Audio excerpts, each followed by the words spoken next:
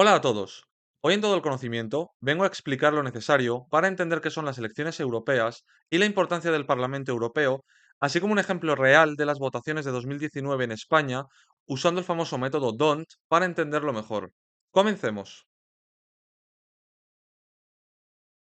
Primero, hay que preguntarse para qué sirve el Parlamento Europeo. Pues bien, según la propia página oficial, el Parlamento Europeo, también conocido como Eurocámara, es la única asamblea parlamentaria multinacional del mundo y único órgano de la Unión Europea elegida por sufragio directo. La sede oficial del Parlamento Europeo se encuentra en Estrasburgo, pero hay dos sedes oficiales más. Bruselas, desde donde se desarrollan la mayoría de actividades de las comisiones parlamentarias, y Luxemburgo, donde está la Secretaría General. Una de las cosas más importantes que hace este Parlamento es elaborar y aprobar leyes y normas que afecten a todos los países miembros de la Unión Europea y que pueden afectar tanto a la economía orientada a la lucha contra la pobreza, cambio climático y seguridad, energía, ya que como sabemos la transición energética hacia energías renovables ha cogido mucha fuerza desde hace años y es un tema clave para la Unión, o incluso elegir la posición en política internacional y geopolítica de los países miembros de la Unión Europea. También decide los acuerdos comerciales. Se comprueba que se dé un uso correcto al dinero de la Unión Europea y pueden poner en marcha investigaciones sobre temas concretos. Para que nos hagamos una idea, este año 2024, el Parlamento aprobó el presupuesto de 189.300 millones de euros para la Unión Europea, donde, según los eurodiputados, este dinero se debe centrar en el nuevo contexto geopolítico, en luchar contra el empeoramiento de la crisis climática y la biodiversidad y otra serie de necesidades de la Unión. Y, además, el Parlamento espera inyectar otros 75.000 millones de euros para el periodo 24-27 para reforzar la ayuda humanitaria, la migración y la asistencia exterior. Para aprobar todo esto, al igual que en otros parlamentos, hacen falta mayorías. Y ahí aparecen las figuras de los eurodiputados del Parlamento, que representan los intereses de los ciudadanos de la Unión Europea y que son a los que votamos en estas elecciones. Estos eurodiputados eligen también al presidente de la Comisión Europea, que es el poder ejecutivo de la Unión, así como a sus comisionarios, y deciden cómo gastar el dinero de la Unión Europea aprobando unos presupuestos. Todo esto se debe basar en los valores de la Unión Europea, que están bajo la libertad, la igualdad y el Estado de Derecho en todos los países miembros, defendiendo la democracia y los derechos humanos no solo dentro, sino fuera de la Unión. Un tema interesante es preguntarnos en qué idioma hablan, ya que estamos hablando de países que tienen diferentes lenguas oficiales. Pues bien, en el Parlamento Europeo se pueden hablar en las 24 lenguas oficiales de la Unión Europea, y no solo eso, sino que todos los documentos se publican en estas lenguas oficiales para dar a cada idioma la misma importancia. Aquí una curiosidad que levanta polémicas en algunos sectores. El irlandés o gaélico irlandés es la única lengua minoritaria reconocida en la Unión Europea tras una demanda de Irlanda en el año 2005 y que finalmente se aprobó haciendo el idioma válido para la Cámara del Parlamento en el 2022.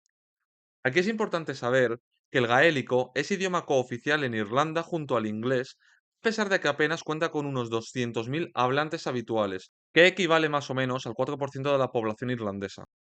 ¿Y dónde está el conflicto? Pues en que en otros países otras lenguas minoritarias también quieren llegar al Parlamento. En España tenemos que saber que el catalán cuenta con más de 10 millones de hablantes, el galego con más de 2,5 millones o el euskera con más de 750.000. Y claro, mucha gente en estas regiones reclama que estas lenguas se hagan oficiales al tener muchos más hablantes que el gaélico o que muchas lenguas oficiales de la Unión, y donde remarcan la injusticia de que estas lenguas mucho más fuertes estén silenciadas en Europa, por así decirlo. De hecho, tras las elecciones generales del 23J y con la necesidad de búsqueda de apoyos en las fuerzas independentistas por parte de Pedro Sánchez para poder ser reinvestido presidente del gobierno de España, este pide un ambicioso proyecto para nombrar las tres lenguas como oficiales en la Unión Europea, pero esta petición a día de hoy no ha salido adelante por falta de apoyo unánime. Hay que tener en cuenta que incluir nuevas lenguas oficiales implica tener que traducir cada documento en esa nueva lengua, traducir cada acto jurídico aprobado o tener capacidad para la interpretación en tiempo real durante las reuniones y debates en el Parlamento. Además, algunas fuerzas de la oposición consideran que oficializar el catalán sería dar un paso adelante en las estrategias independentistas de ruptura con el Estado español por parte de partidos como Junts per Catalunya o Esquerra Republicana. ¿Y tú qué opinas? ¿Deberían estas lenguas ser nombradas oficiales en la Unión Europea? Puedes dejármelo en la caja de comentarios. Por nuestra parte, seguimos. Pues teniendo ya una idea aproximada de qué es el Parlamento Europeo, vamos a ver qué son estas elecciones europeas. Son elecciones que se celebran cada 5 años, las últimas fueron en 2019 y las próximas serán en 2029, y votan todos los ciudadanos miembros de la Unión Europea para elegir como representantes a los eurodiputados que hemos mencionado antes, que serán los nuevos miembros del Parlamento Europeo. Pero, ¿y a qué o a quién votas? Pues bien, cada país vota a sus partidos nacionales o coaliciones de estos, y una vez elegidos, se forman grupos en función a las creencias compartidas. Partidos populares, socialdemócratas, liberales, izquierdas verdes, reformistas, etc. Y ya a partir de aquí se pueden formar mayorías. El Consejo de la Unión Europea acuerda las fechas de votación, teniendo que dar un periodo de 4 días donde cada país elige el que mejor le venga. Estas elecciones de 2024 serán entre el 6 y el 9 de junio, y en España serán el domingo 9 de junio, así que guárdatelo en el calendario. Y has de saber que si eres ciudadano con nacionalidad de la Unión Europea, tienes derecho a votar y presentarte a las elecciones en tu país de origen, o bien en el país en el que estés viviendo, si es de la Unión, claro. El pueblo europeo elige un total de 720 diputados para la Eurocámara, 15 más que en 2019, que representan a unos 450 millones de ciudadanos europeos. Por norma, el hemiciclo nunca debe superar los 750 escaños más la presidencia. El número de eurodiputados por cada país se acuerda previo a las elecciones. Para elegir el reparto de escaños, se acordó hacerlo respecto al principio de proporcionalidad decreciente, de manera que un eurodiputado de un país grande representa más personas que el diputado de un país pequeño. Como mínimo, un país puede tener 6 diputados, siendo estos Malta, Chipre y Luxemburgo, y como máximo 96, siendo este Alemania, que es el país con mayor población de la Unión Europea. España en estas elecciones seleccionará a 61 de los 720 diputados, dos más que en 2019, que recordemos que estas elecciones tenían 705 eurodiputados. Aunque aquí inicialmente hay que tener en cuenta que España optaba a 54 escaños, pero con todo lo ocurrido tras el Brexit, España ganó 5 escaños más, subiendo a estos 59 que vemos. ¿Y cómo funciona la votación en España? Pues bien, en España la votación se hace mediante una circunscripción única. Es decir, no importa en qué comunidad autónoma o provincia votes. Se tienen en cuenta la suma total de votos de cada partido mediante un sistema de listas cerradas y con un recuento basado en el método DONT, el mismo usado en España para otras elecciones, con la diferencia de que no hay umbral mínimo para optar a representación, a diferencia de las generales que hace falta un 3%, o de las municipales y autonómicas, que hace falta mínimo un 5% de votos para optar a escaños. Para poder tener derecho a voto en España, en estas elecciones, debes tener al menos 18 años cumplidos para el día de la votación, que en otros países puedes votar con 16 o 17, y tener o la nacionalidad española o la nacionalidad de otro país de la Unión Europea, siendo residente en España. Ahora vamos a ver un ejemplo real de cómo fueron las elecciones europeas en España en el año 2019 y cómo se repartieron los escaños basados en el método DONT para entender mejor cómo va esta votación.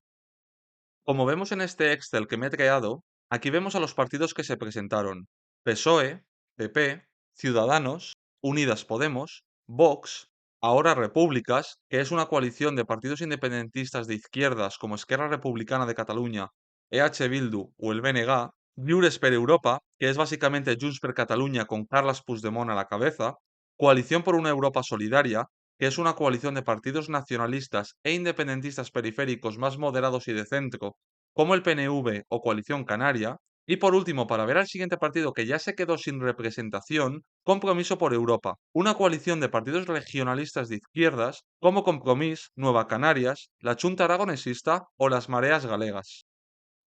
Pues bien, vamos a ver cómo funciona el método DONT, en este caso siendo circunscripción única. Lo que tenemos que hacer es, por un lado, coger la cantidad de votos totales de cada partido e ir dividiéndolo por cada número de escaños en juego. Por ejemplo, con el PSOE tenemos 7.350.000 votos y tenemos que dividirlo entre uno, luego entre 2, luego entre 3 y así hasta 54. que era el número de escaños a los que optaba España en 2019 antes del Brexit. Y ahora lo mismo con el PP. Cogemos sus 4.500.000 votos obtenidos en toda España y dividimos primero entre 1, luego entre 2, luego entre 3, y así hasta 54.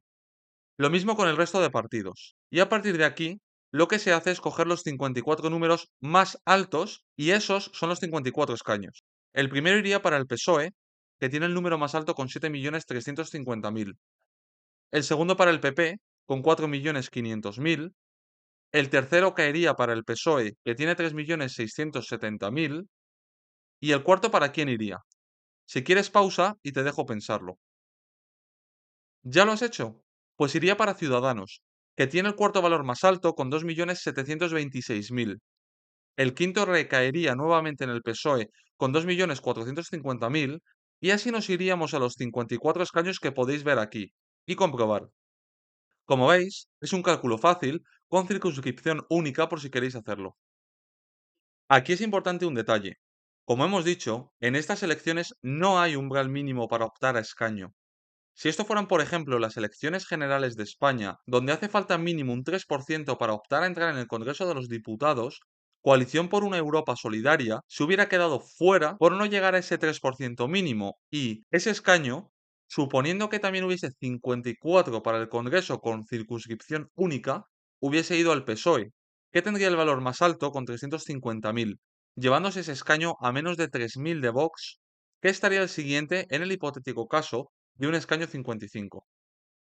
Y con esto llegamos al final del vídeo. Lo primero, muchas gracias por verlo y espero que te haya gustado. Si es así, por favor, dale al like, que a ti no te cuesta nada y a mí me ayudas un montonazo a seguir creando contenido de este tipo.